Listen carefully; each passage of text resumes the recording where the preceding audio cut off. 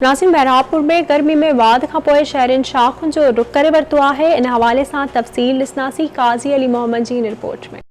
मेहरापुर ऐं आसपास में गर्मी जी शदीद लहर सां गॾु सिनलिंग सां अंदरि हवाउनि ऐं बिजली मुसलसल हथियार लोड शेडिंग शहरनि खे ज़हनी परेशानी में मुब्तला करे छॾियो आहे। सख़्त गर्मीअ सबबि शहर अंदरि मशरूबात ऐं ॿियनि थधियुनि शयुनि जी विकिरे में रिकॉर्ड इज़ाफ़ो थी वियो आहे।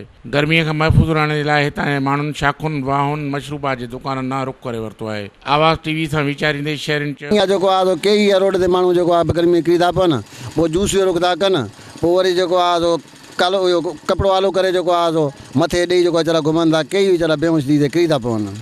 पोइ को जूस ते वञे तो जूस थो पीए, को जेको शाख जो रुख थो करे विञण लाइ।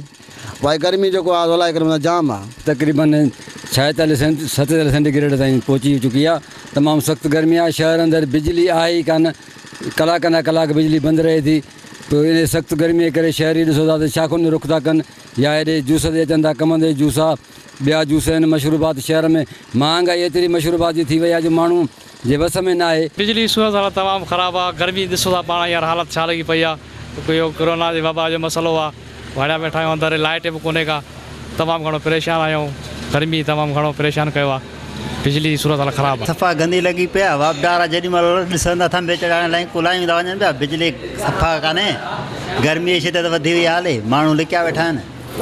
शाखुनि में पिया था हलाइनि, शाखुनि में पाणी छॾे कान्हे सरकार। ॾाढी गर्मी लॻी पई आहे, हालत लॻी पई आहे। माण्हू जेको आहे शाखुनि में विझनि था, कंहिं वाटरनि में विझनि था। हिते एतिरी मौसम ख़राबु लॻी पई आहे जो माण्हू अस्पतालुनि में वञनि था त उन्हनि खे कोरोना जे बीमारीअ करे ख़राबु था कयो वञनि। उन्हनि ज़िले इंतिज़ामिया खां पुरज़ोर मुतालबो कयो आहे त शहरनि खे गर्मीअ खां महफ़ूज़ रखण लाइ सरकारी सतह ते अमली क़दम खयां वञनि त जीअं असां मौतमार गर्मीअ खां महफ़ूज़ रही सघूं। कैमरामैन शफ़क़त चंदा सां गॾु काज़ी अली मोहम्मद, आवाज़ टीवी, मेहरापुर।